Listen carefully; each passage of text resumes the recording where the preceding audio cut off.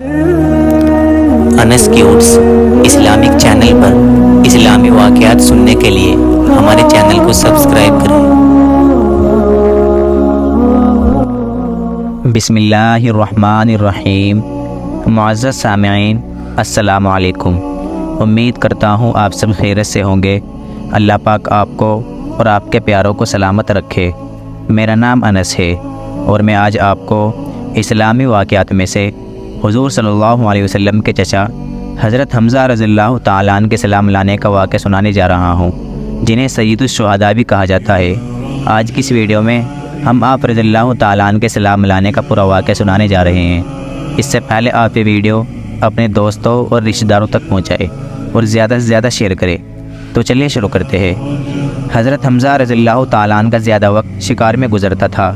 صبح کو جاتے اور شام کو لوٹ کر آتے تھے۔ ایک روز جب آپ واپس آ رہے تھے تو ایک عورت نے حضرت حمزہ رضی اللہ تعالیٰ عنہ سے کہا کہ آج ابو جہل نے حضرت محمد صلی اللہ علیہ وسلم کی بڑی توہین کی ہے، ان کو بہت برا بھلا کہا اور بہت ستایا۔ حضرت حمزہ رضی اللہ تعالیٰ عنہ کو رسول اللہ صلی اللہ علیہ وسلم سے بڑی محبت تھی۔ بچپن میں ایک ساتھ کھیلتے تھے اور ایک ماں کا دودھ بھی پیاتا، اس لیے رضاعی بھائی بھی تھے۔ یہ بات سن کر آپ رضی اللہ تعالیٰ عنہ کو بہت صدمہ پہنچا۔ آپ رضی اللہ تعالیٰ عنہ نے اپنے کمان لی، فوراً حرم کی طرف روانہ ہوئے۔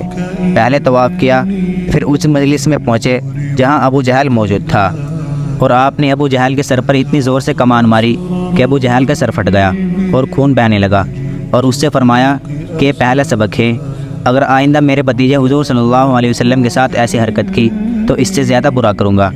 پھر رسول اللہ صلی اللہ علیہ وسلم کے پاس گئے اور آپ سے کہا کہ میں نے آپ کا بدلہ ابو جہل سے لے لیا ہے۔ رسول اللہ صلی اللہ علیہ وسلم نے فرمایا کہ مجھے اس بات سے کوئی فرق نہیں پڑتا، مجھے تو خوشی اس بات سے ہوگی کہ آپ اسلام قبول کر لیں۔ حضرت حمزہ رضی اللہ تعالیٰ عنہ نے سن کر فوراً کلمہ پڑھ لیا۔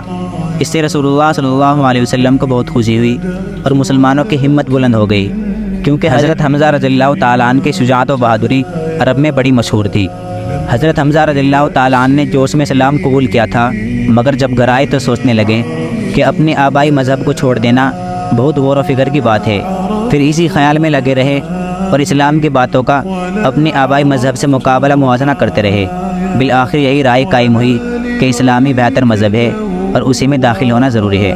اس کے ایک روز یا چند روز بعد حضرت عمر رضی اللہ تعالیٰ عنہ مسلمان ہو گئے اور اسلام کی طاقت مکہ میں بہت مضبوط ہو گئی۔